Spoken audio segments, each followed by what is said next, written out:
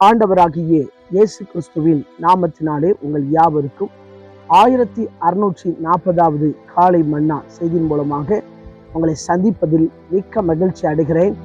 தேவனாகிய கர்த்தர் இந்த இரவு முழுதும் பாதுகாத்து அற்புதமாக 9வது மாதம் 26ஆம் தேதி வியாழக்கிழமை ஆண்கள் பகுதிக்கு நேராக நம்மை அழைத்து கொண்டு வந்திருக்கிறார். தேவன் நல்லவராயிருக்கிறார். தொடர்ந்து தேவன் உங்களை ஆசீர்வதிப்பாராக, நடத்துவாராக. நீங்கள் எந்த காரியத்துக்காக ஜெபித்து கொண்டிருக்கீங்களோ அந்த காரியத்தில் தேவனுடைய அற்புதம் நடப்பதாக என்று சொல்லி வாழ்த்துகிறேன், ஜெபிக்கிறேன். இந்த நாளிலும் நாம் யாருக்காக எதற்காக ஜெபிக்க வேண்டும் என்று சொன்னால், ஒரு கம்பெனியில அல்லது ஒரு நபருக்கு கீழே வேலை செய்கிற ஒவ்வொரு வேலைக்காரங்களுக்காக நாம் ஜெபிக்க வேண்டும்.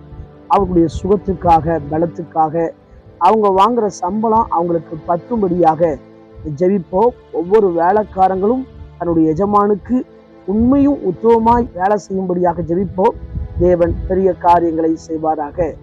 இந்த காலை மன்னா ஆதாரத்துக்காக எடுத்துக்கொண்ட வேத வசனம் அப்போஸ்தலனாகிய பவுல் கொலோசியருக்கு எழுதின 3வது அதிகாரம் 22வது வசனம். வேலைக்காரரே, சரீரத்தின்படி உங்கள் எஜமான்களாய் இருக்கிறவர்களுக்கு எல்லா காரியத்திலையும் கீழ்ப்படிந்து நீங்கள் மனுஷருக்கு பிரியமாய் இருக்க விரும்புகிறவர்களாக பார்வைக்கு ஊழியம் செய்யாமல் தேவனுக்கு பயப்படுகிறவர்களாக கபடம் இல்லாத இதயத்தோடு ஊழியம் செய்யுங்கள்.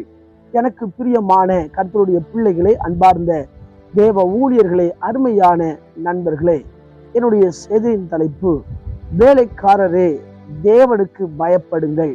எனக்கு பிரியமான கர்த்தருடைய பிள்ளைகளே, அன்பார்ந்த தேவ ஊழியர்களே, அருமையான நண்பர்களே, என்னுடைய செய்தியின் தலைப்பு வேலைக்காரரே கர்த்தருக்கு பயப்படுங்கள்.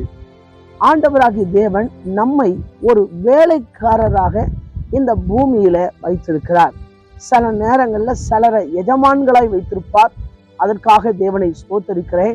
இந்த காலை மன்னாவை பார்க்கிற உங்களை கர்த்தர் ஒரு 100 பேருக்கு கீழே ஏதாவது வேலையை கொடுத்திருந்தா, அல்லது ஒரு கம்பெனியில அல்லது ஏதோ ஒரு காரியத்துல சேர்ந்து நீங்க வேலை செய்யறவங்களா இருந்தா உங்களை தேவன் நிச்சயமா ஆசீர்வதிப்பாரு.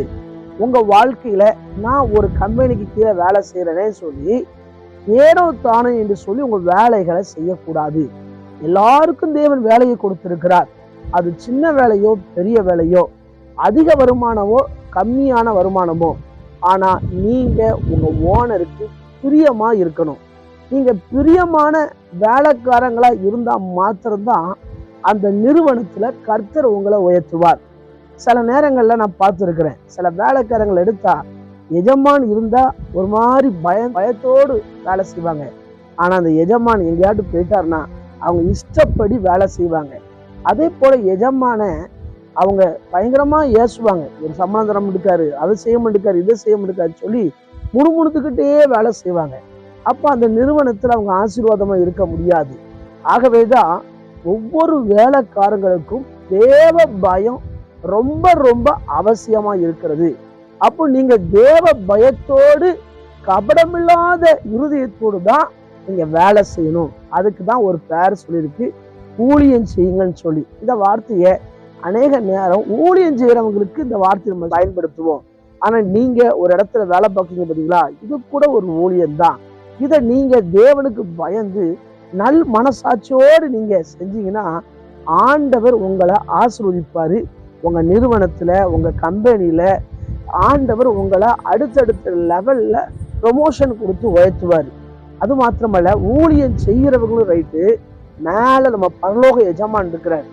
அவருக்காக உண்மை உத்தவமா நம்ம ஊழியம் செஞ்சா நம்ம ஊழியர்களை கர்த்தர் அடுத்தடுத்து வளர்ச்சிக்கு நேராய் அழைத்து செல்வார். எனவே இதை கேட்டுக்கொண்டிருக்கிற உங்க வாழ்க்கையில நான் செய்கிற ஊழியமா இருந்தாலும் சரி, நான் செய்கிற வேலை இருந்தாலும் சரிதான், தேவனுக்கு பயந்து உண்மையா செய்வேன் அப்படின்னு சொல்லி நீங்க செயல்படுங்க. உங்க வேலைகளை செய்யுங்க, கஷ்டப்பட்டு வேலை செய்யுங்க. உங்க கஷ்டத்தை பார்த்து தேவன் உங்களை ஆசீர்வதித்து இன்னும் பெரிய காரியங்களை தருவார். அது மாத்திரமல்ல, நீங்க 100க்கு அதிபதியா கர்த்தர் உங்களை மாற்றுவாரு. பைபிள்ல பாத்தீங்கன்னா லூக்கா எழுதின சுவிசேஷம் 7ஆம் அதிகாரம் 2ஆம் வசனத்துல 100க்கு அதிபதி இயேசுவிடம் வந்து தான் வேலைக்காரனுக்காக வேண்டுதல் செய்யறான். அப்போ அந்த எஜமானுக்கு அந்த வேலைக்காரன் எவ்வளவு பிரியமா இருந்திருக்கான் பாருங்க. இன்னைக்கு நீங்களும் உங்க எஜமானுக்கு பிரியமா இருக்கணும், நானும் பரலோக எஜமானுக்கு பிரியமா இருக்கணும். அப்பந்தான் தேவன் நம்மளை ஆசீர்வதிப்பார். நம்ம எஜமான் எல்லா விதத்திலும் நம்மளை கனம் பண்ணுவார். எனவே கண்களை மூடி ஜெபிப்போமா? எங்களை நேசிக்கிற சர்வ வல்லமுள்ள தேவனே, இந்த வேலைக்காக ஜெபிக்கிறேன். நாங்களும் உமக்கு பயந்து எங்களுக்கு கொடுக்கப்பட்ட எஜமானுக்கு கீழ்ப்படிந்து ஆண்டவரே எங்களுக்கு கொடுக்கப்பட்ட வேலையை உண்மை உத்தமமா செய்ய ஆண்டவரே எங்களுக்கு பலன் தருவீரான்னு ஜெபிக்கிறேன். நாங்க பார்வைக்கு ஊழியம் செய்யக்கூடாது, ஆண்டவர் பார்க்க உணர்வோடு நாங்க ஊழியம் செய்ய வேலை செய்ய கர்த்தர் கிருபை பாராட்டுங்க. பிறந்த நாள் திருமண நாளை நினைவு கூறுகிற ஒவ்வொருவரையும் கர்த்தர் ஆசீர்வதிங்க. இவங்க துக்கம் எல்லாம் சந்தோஷமாய் மாறட்டி ஜெபிக்கிறேன். பிரயாணம் பண்ணுகிறவர்களை ஆசீர்வதிங்க, கர்ப்பகால ஸ்திரீகளை ஆசீர்வதிங்க. அவங்களுக்கு வேண்டிய ஆண்டவரே சுக பலனை கொடுங்க. ஏற்ற வேளையில ஆண்டவரே குழந்தையை பெற்றெடுக்க கிருபையை கொடுக்கிறேன் ஜெபிக்கிறேன். தொடர்ந்து இந்த நாளில உங்களுடைய கிருபை எங்களை ஆளுகை செய்து நடத்தட்டும். இயேசுவின் மூலம் ஜெபிக்கிறோம் ஜீவன் நல்ல பிதாவே, ஆமென். நாத்துமாவே கர்த்தரை ஸ்தோத்திரி, என் உள்ளமே அப்படி பரிசுத்த நாமத்தை ஸ்தோத்திரி. நாத்துமாவே கர்த்தரை ஸ்தோத்திரி, கர்த்தர் செய்த சகல உபகாரங்கள் வருவாதே, ஆமென். ஆண்டு சுத்தமானால் மீண்டும் நாளை காலை புதிய காலை நான் செய்திகளை சந்திக்கிறேன். அதுவரை தேவ கிருபை தாங்குவதாக. மாரநாதா, இயேசு வருகிறார். ஆயத்தமாவோம், அதை ஆயத்தப்படுத்துவோம். ஆமென். அல்லேலூயா. Praise the Lord.